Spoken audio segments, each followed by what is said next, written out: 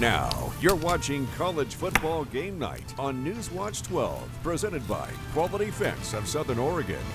Welcome back to another week of College Football Game Night. Thank you so much for joining us. I'm Peyton Manny. And I'm Madison Marie. I feel like we say this all of the time, but I cannot believe another week of college football is already behind us. But kicking off our show tonight is the SOU Raiders. The Raiders faced the Carroll Fighting Saints last weekend in Montana, and although they lost, the Raiders had great performances on both sides of the ball. It is just a matter of time before everything comes together. Jake Regino had a standout game against the Fighting Saints, recording 16 tackles, a sack, and an interception. That was the first time in conference history a player recorded 15 or more sacks in back-to-back games. And on offense, Blake Asciutto went 22 of 44 with 263 total passing yards, initiating a career high for the sophomore QB. Christian Greeny had 6 receptions for 79 yards, moving him into the top 10 of SOU's career reception list with 140. And Gunnar Yates recorded the longest touchdown rush for SOU in 4 years. The final score of last week's game was 26-14 Fighting Saints, and as we just mentioned, they're really proud of how they've been playing, and they've been playing well on both sides of the ball. The wins will start coming for the Raiders, and it just takes some time. And the loss to Carroll did put a damper on the Raiders' season. SOU spent the week getting prepared for Eastern Oregon and their Mountaineers. Right, and at practice this week, Coach Hall was in good spirits and knows that each week and each team brings new challenges for the Raiders. But the Raiders have a chip on their shoulder and are hungry for another win. Coming into the new week, the Raiders know they still have a lot to prove and there is still a lot to work on. Getting on the road again in back-to-back weeks is hard to do, and while the Raiders have a win under their belt, the Mountaineers do not. Coming into this game against SOU, Eastern Oregon is 0-4 in conference play and 0-5 overall. With Defensive Player of the Week Jake Regino on the line, EOU might struggle to make plays and put points on the board. To be honest, we try to score every series. I don't know, we work hard. Our coaches do a great job of putting together a game plan, trying to find, mismatches. How do you hide your weaknesses? How do you, kind of showcase your strengths and things like that. So, again, when you look at last week's game, we didn't execute very well. We had turnovers, we had penalties. We were behind the chains, and so really it's just more about, can we improve our procedure? Can we improve some of the things that we can control, like turnovers, like penalties and things like that, and then hopefully we'll get those drives that we need and get points on the board. So again, I think that's really the key right now offensively. The defense did a great job. They got to play with a level of consistency and continue to play hard. And I think like I said, a guy like a Jake Regino is playing well for us right now. He's doing a great job, and I know he'll lead that defense. Let's talk a little bit more about SOU's Jake Regino. He won Defensive Player of the Week after his standout performance, and not only last Saturday's game, but the week before that as well. Senior linebacker recorded 31 total tackles in the past 2 weeks, making him the first Raider in the Frontier era to have 15 or more tackles in back-to-back games. That's a standout player, and last week alone, Regino had 16 tackles and 1 interception last Saturday against the Fighting Saints of Carroll. Among those, 13 tackles were just in the first half alone, along with a sack. Regino's average is about 11.5 tackles per game, and he's the best in the conference, and he ranks 5th on the NAIA leaderboard. This team means everything to me. Those guys in there are my brothers, and they're pretty much one of the biggest reasons why I play and why I play so hard in everything I do. So, we grind out here every day, and we're here all day, every day in meetings and everything. So, those guys are really like my family, so I pretty much do it all for them. And today, Defensive Player of the Week Jake Regino and the Raiders met the Mountaineers at Eastern Oregon. It was a strong game for the Raiders on both sides of the ball. And just a little foreshadowing, but Coach Hall was very happy after today's game. The Raiders wasted no time and got to work early in keeping the first half all to themselves. The Raiders put the first 7 on the board. The first touchdown was scored by defensive back Marv Nyembo on the fumble recovery, scoop and score as the Raiders termed it. In the second quarter, senior wide receiver Bryce Goggins scored the Raiders' second touchdown, putting the score at 14-0. Then freshman Gunnar Yates said, "Wait, I want some action on this game too." Yates put up 2 extra touchdowns for the Raiders in the first half. Leaving the half, the Raiders led 26-0. But coming into the second half, the Raiders had a little bit of a slow start, allowing the Mountaineers to score 2 touchdowns before they got on the board in the second half. The first touchdown came from a block punt, and the second came from a nice passing play.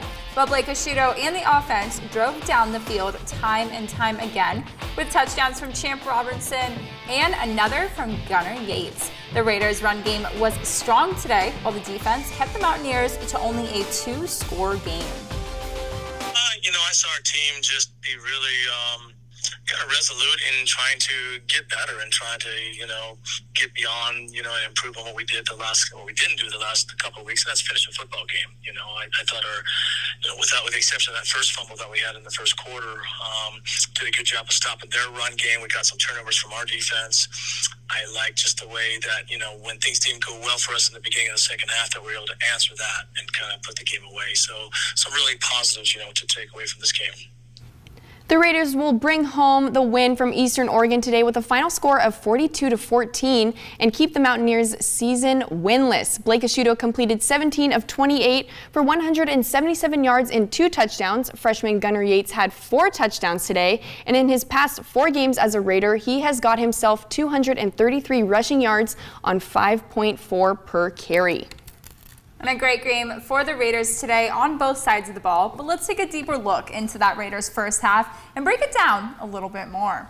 EOU's QB1 Andrew James scrambling in the pocket and deciding to run, but Raiders defense lineman Joe Man Wofford says no way. He gets the tackle and forces a fumble. On the fumble recovery, scoops it and scores for the Raiders. Termed it. Score now 7-0 Raiders in the second quarter. Now Bryce Goggin gets the Raiders on the board again with a reception. 14-0 Raiders. Still in the second, Raiders drive down the field quickly. And Blake Asciutto finds freshman Gunnar Yates. Leaving the half, the Raiders put up 26 points and held the Mountaineers 2-0. It was a very strong performance from the Raiders in the first half alone. Blake Asciutto was able to throw the ball well today and find his open receivers, and Gunnar Yates was a dynamic on the run game. So with the first half being all Raiders, let's see how the second half went. Starting the third quarter, the Raiders leading 26-0. Eastern Oregon gets a fast jump on the snap and blocks the punt. George Belowski picks it up and takes it to the end zone for the Mountaineers' first touchdown of the day, 26-7 Raiders. Still in the third, EOU with the ball again. Tanner Sweek finds Drew Reyes for another Mountaineer touchdown. But SOU says not so fast and answers back with another touchdown from Champ Robertson. Raiders back on top 33-14. Raiders with the ball again. Asciutto hands it off to Gunnar Yates, and Yates gets his third touchdown. And now with 2 minutes left in the fourth, Ethan Cutler gets a bad snap, and that will be a safety, adding another 2 points to the Raiders' score. The Raiders are finally heading home this weekend after back-to-back road games. Montana and Western will meet the SOU Raiders at Raider Stadium. And I'm sure the Raider fans are happy to hear that. Montana Western Bulldogs are 3-3 overall this season and took the loss to Rocky Mountain Battling Bears today. And the Bulldogs lost to Rocky Mountain today with a final score of 41-26. The Raiders also lost to the Rocky Mountain Battling Bears. So this week's next matchup will be a good one to watch. Kickoff is set for 1 p.m. Coming up, the Beavers met the number 12 ranked Utah Utes today. We'll see how they prepared for this game and look at those highlights. You're watching College Football Game Night. We'll be right back. College Football Game Night, presented by Quality Fence of Southern Oregon. Quality Fence is doing it right for you. Whether it's residential, commercial, or industrial, chain link fencing is the all-purpose standard in providing security at an affordable price.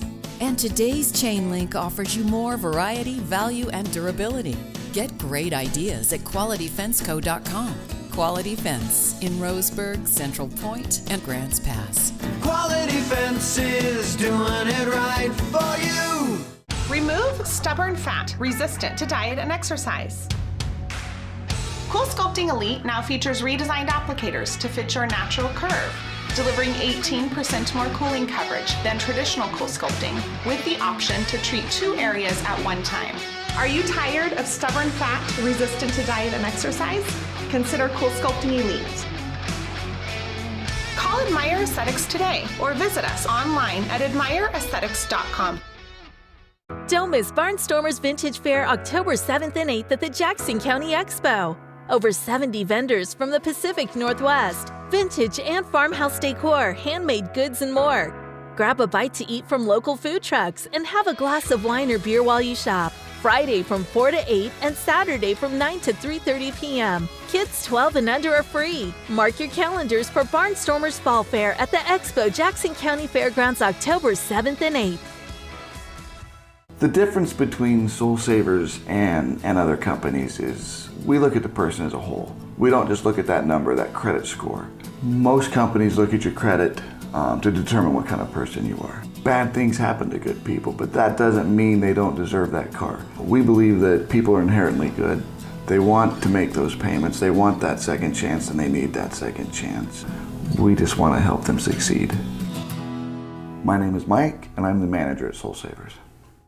We help each other. We stop at crosswalks and smile at grocery stores. It's people, everyday Oregonians, that work hard to make our state so great. It's not government. It's certainly not our governor. Name one thing that's better today than it was a decade ago. Roads, housing, taxes. My roadmap for Oregon provides real solutions. Lower taxes, better roads, and a more affordable place to live. It's time your governor worked as hard as you do. Paid for by Friends of Christine Drazen, PAC ID 19050. Welcome back to College Football Game Night, presented by Quality Fence of Southern Oregon. Welcome back. Oregon State had to quickly rebound off of the loss to USC and get ready for the number 12 team in the country, Utah. But this is a team that we thought Oregon State didn't need to be scared of by any means. Remember, Oregon State beat Utah last year. Right, and the Beavs are extremely talented on defense, holding opponents to just 357 yards per game this year. And the Beavs had to prepare for the Utes QB Cam Rising. The Beavers needed to get an edge and add some energy to their game today. These back-to-back top 15 matchups can be a blessing and a curse. It's hard to get over a loss like the one the Beavs experienced last Saturday, but they didn't have much time to think about it. The Beavers led the all-time series 12-11-1. This matchup dates back to 1931. But since the Utes joined the Pac-12 back in 2011, it's Utah that holds the upper hand. He's a good decision maker with the ball. He's accurate. He's athletic. They run him a little bit. He'll pull the ball. He's got some great experience now. Knows that offense inside and out. You can tell that at the line of scrimmage, he's getting them in the right play. Can make it physical in the run game, and then the action pass. He's got all of it. He's a big-time player. And it looks like Utah is going to keep that advantage. The Utes came into the matchup today ranked at number 12. And it was a tough battle at the beginning, but Utah eventually ended up taking the lead, and they didn't let up. The Beavs in Salt Lake City, first quarter, no score, 1st and 10. Nolan back to pass, and it's intercepted by Utah. Oh my, this is going to be a long game. A few minutes later, 3rd and 4th, Utah's ball, Cameron Rising finding Jalen Dizen for the 19-yard pass, and Utah is the first on the board. Still in the first, Beavs ball now. Chance Nolan hands it off to Bolden, and he'll run it for 29 yards and for a touchdown. First time Oregon State sees the scoreboard. Tied at 7 now, 2nd and 10. Nolan's picked off for the second time in just the first quarter. Clark Phillips, the third, will run this 38 yards and into the end zone. Start off in the second again, Utah up by 7. Cameron Rising running it in for 24 yards. He'll take off. Talk about a mobile quarterback in and out of the pocket, and there he is in the end zone. Second half now, 21-16 Utah. Cameron Rising to Vell. He'll take it 16 yards with a pass for the Utes. Touchdown, and the Utes will add 3 more to finish the game off. Oregon State losing this one. Final out in Salt Lake today was 42-16 Utah. The Beavers are now 0-2 in conference play. Utah forced 4 turnovers, including 3 picks by Clark Phillips in the third, and the Beavs only scored 1 touchdown all game. Well, let's dive into this first half. Oregon State's quarterback Chance Nolan had a pretty rough start to the game, and that really set the tone. And the Beavs D-line struggled to stop the Utes run game as well. But the first half ended with 3 Utah touchdowns and only 1 touchdown and 2 field goals for the Beavers. Coming out to start off the game, and I mean exactly 35 seconds in, Chance Nolan throwing this interception. Utes used this one and scored their first touchdown with it, and that's only just in the first 2 minutes of the entire game. Buckle up because it's a long ride. But the Beavs did score their only touchdown in the same first quarter. Silas Bolden with the 29-yard run to tie the game at 7. Kind of an everywhere type of first half for the Beavs, although heading into the second half, it was all Utah. The Utes came into third quarter with an 8-point lead over the Beavers, but that simply just wasn't enough. Oregon State will put 3 more points on the board, but check out this play. Utah's Bell with catching for 16 yards on this one and stretching into the end zone. He'll get the touchdown. Then back to Chance Nolan looking for an open man, but he'll find Utah's open man instead. Then intercepts this one. And then into the fourth we go. Oregon State 2nd and goal. He found that one, that's for sure. Bada boom, bada bang, back to Utah. Could it be that red uniform? Who knows? But plays like this is what killed the Beavers today. A rough way to leave Utah for the Beavers. And as we said before, Oregon State is now 0-2 in Pac-12 play, but it's all about the bounce back, right? Right. Well, it's not going to be an easy weekend next Saturday either because the Beavers are taking on the Stanford Cardinal. And there's some history here. The Cardinal is playing the Oregon Ducks today, so they'll match with 2 Oregon teams in 2 weeks. Stanford has lost 4 of their last 5 games, while the Beavers have won 3 of their last 5 games. Although the Cardinal have played 3 top 20 ranked opponents. The Beavs have allowed 37.8 points per game, while Stanford just allowing 30.3. Tanner McGee has 6 touchdowns on the year and 4 interceptions.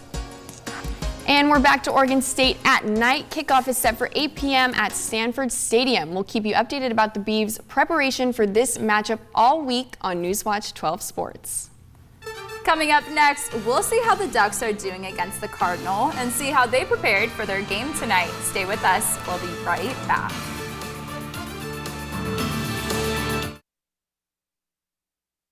College football game night, presented by Quality Fence of Southern Oregon. There's a link between health, wellness, and a good night's sleep. Wellness? Introducing the all-new Beauty Rest Black, the sleep you've always dreamed of. If you want a no-pressure shopping experience, It's meant for mattress wear. Quality is not costly. I'm Natalie Weber with the Oregon Department of Forestry. Last year, nearly 80% of the fires we responded to were human-caused. Throughout this fire season, it's important to know the current fire danger level. From low to extreme, each level limits activities that pose increased fire risks.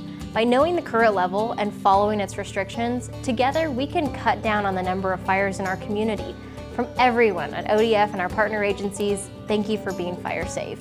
For more information on fire prevention, visit keeporegongreen.org. You take pride in doing things yourself. You use only the best materials and products, and always seek the best values and advice. Quality is a reflection of who you are. That's why all your fencing projects begin here. Surround your home and family with nothing but the best. Surround yourself with quality. Visit a Quality Fence showroom today or online at qualityfenceco.com. The best technology should make the world more beautiful, life more rewarding, and pull people closer. And the very best tech does all this without harming the planet. Timber Tech Decking, the best performing, longest lasting, and most lifelike look of real wood. Because the best deck naturally comes from the best tech. Timber Tech, go against the grain. Hughes Lumber Timber Tech sale ends October 8th. Hurry in now. There are many things to love about living in beautiful Southern Oregon. New places to discover, sights to behold, adventures to embark on. And what better way to explore than in a new Chevrolet?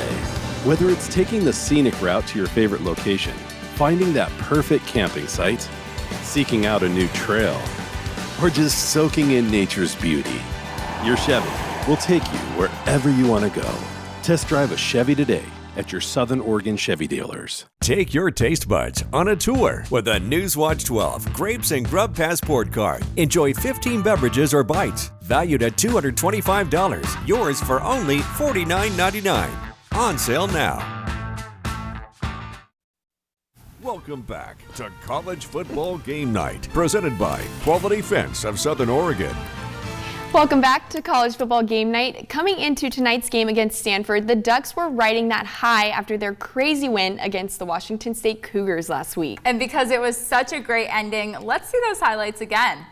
It was a high-scoring game on both sides of the ball last week, and we knew that Cameron Ward would come out hot against the Ducks. And that he did. The Ducks were able to shut him down and hold him only to 2 touchdowns and also forced 2 interceptions out of him.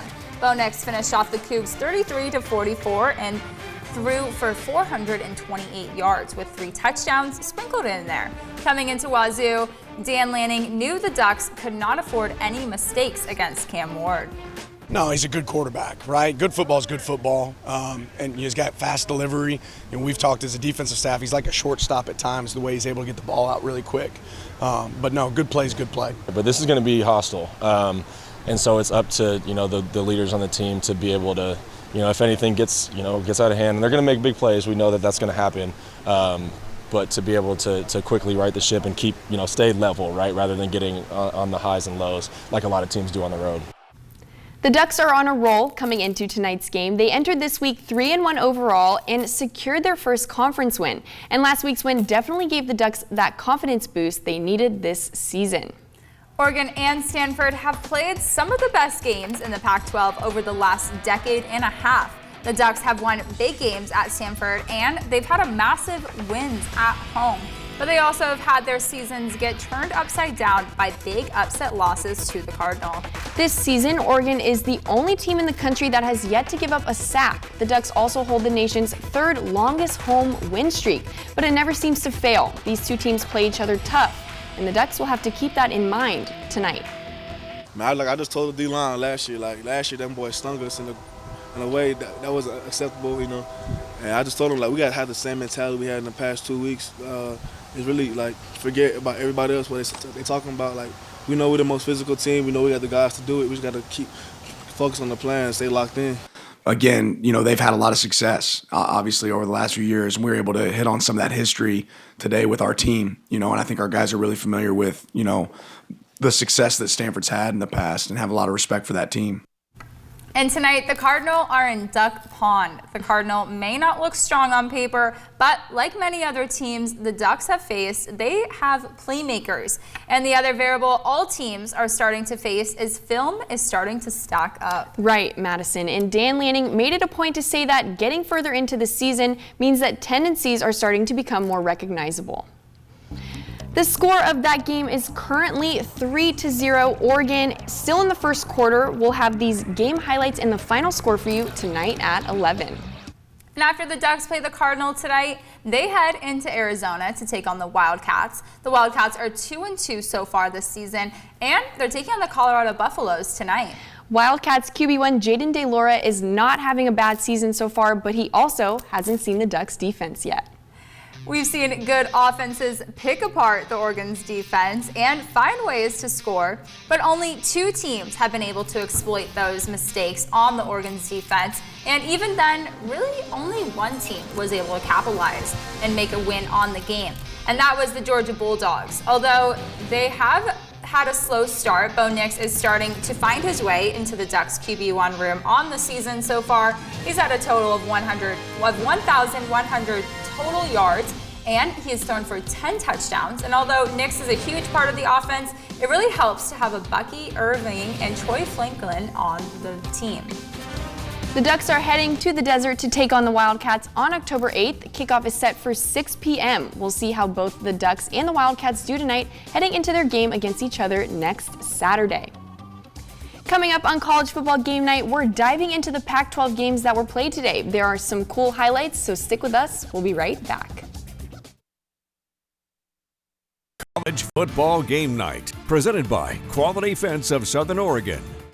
Oregon's best two-day gun show is in Grants Pass this weekend. Rifles, pistols, ammo, scopes, knives, parts, find it all. Buy, sell, or trade at the Grants Pass Gun Show this weekend. Don't miss it. Quality Fences, doing it right for you. Just ask your neighbor. They reflect a style as unique as you are. They make first impressions. They provide space, add lasting beauty, and security. Quality is a reflection of who you are. That's why all your fencing projects begin here. Quality Fences, doing it right for you. Remove stubborn fat resistant to diet and exercise. Cool Sculpting Elite now features redesigned applicators to fit your natural curve, delivering 18% more cooling coverage than traditional Cool Sculpting, with the option to treat 2 areas at one time. Are you tired of stubborn fat resistant to diet and exercise? Consider Cool Sculpting Elite. Call Admire Aesthetics today or visit us online at admireaesthetics.com.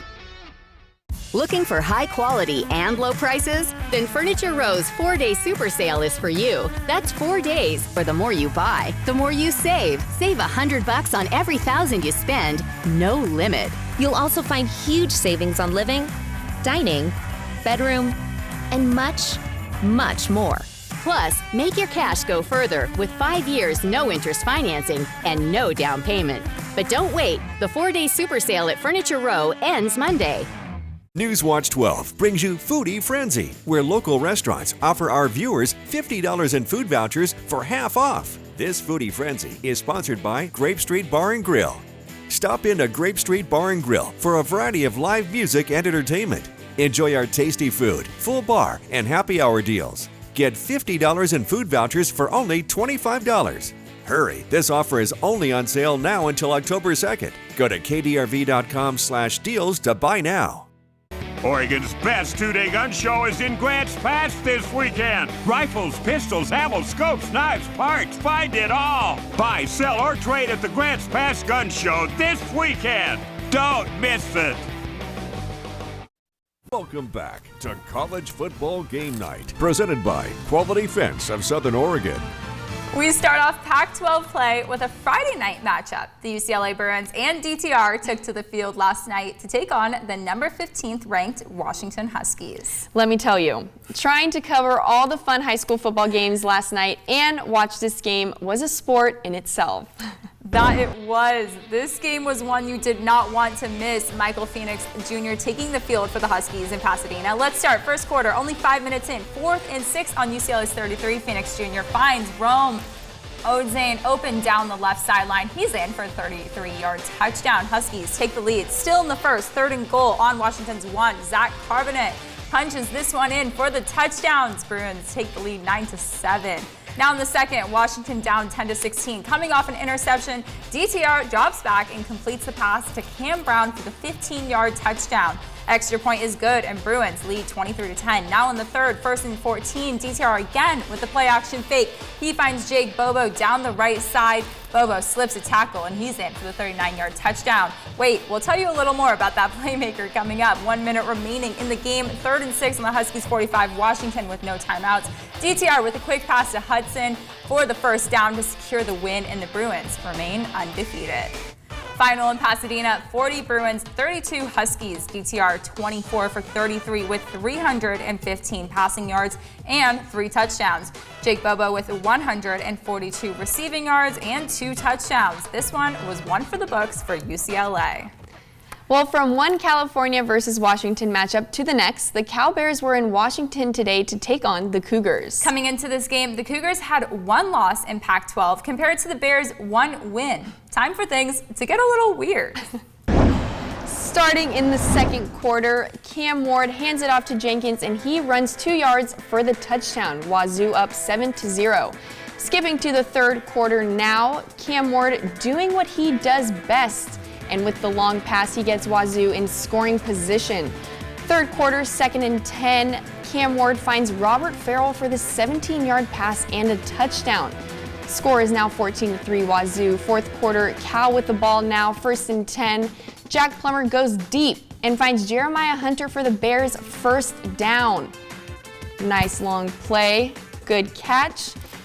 Next play up, Jaden Ott takes the 2-yard touchdown run, scores now 14-9 Wazoo, 12 minutes remaining in the game, and Cam Ward with another long pass, but this time to Bell for 37 yards and a Wazoo touchdown. The Cougs will score one more touchdown and take the win home.